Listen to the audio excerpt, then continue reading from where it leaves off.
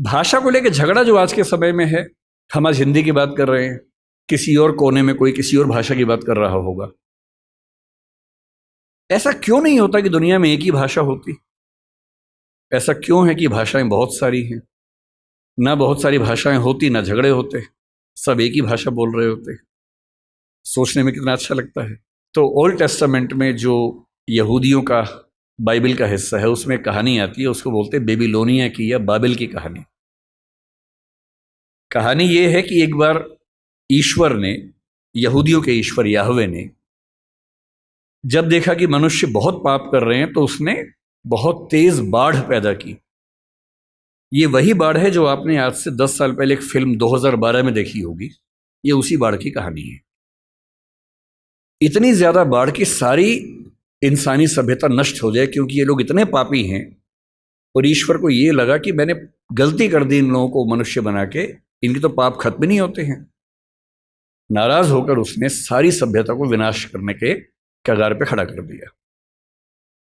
हम भारतीय सभ्यता में प्रलय की कल्पना करते हैं, कुछ कुछ वैसी कल्पना वहां पर एक बाढ़ की कल्पना है।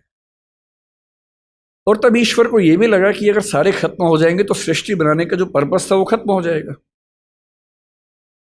तो ईश्वर ने अपने एक नबी को भेजा जिनका नाम था नूह या नोआह। ये युवाल नोआह हरारी के बीच में भी जो नाम है नोआह, ये वही नोआह नाम है। और उनसे कहा कि तुम जाओ, जितनी भी स्पीशीज है उन सब की एक एक पेयर को बचा लो ताकि सभ्यता को फिर से शुरू कर सके। तो नोआह ने एक जहाज का निर्माण किया, पानी के जहाज का निर्माण किया, सारी स्पीशीज के एक एक पेयर को उस पर रखा, अपने परिवार को रखा और बाढ़ से बचा लिया। और उसके बाद नई सभ्यता शुरू हुई। और जब नई सभ्यता शुरू हुई तो बेबीलोनिया के राजा के मन में एक विचार आया कि अगर हम एक इतनी ऊंची मीनार बना लें कि किसी भी बाढ़ में हम डूबे ही नहीं, तो चिंता खत्म हो जाएगी।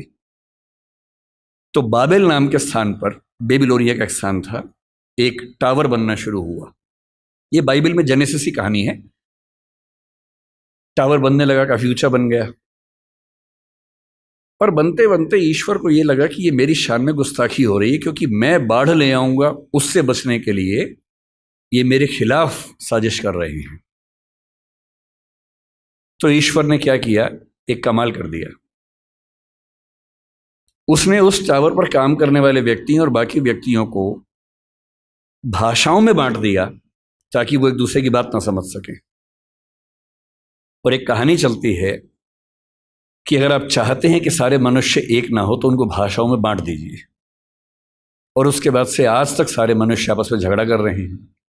ये कहानी ऐतिहासिक रूप से कितनी सही है मुझे नहीं पता, मिथक है, धर्म की बात है, पर ऐसी कहानियां किसी कंसेप्ट को समझने के लिए बहुत काम की कहानियां होती हैं।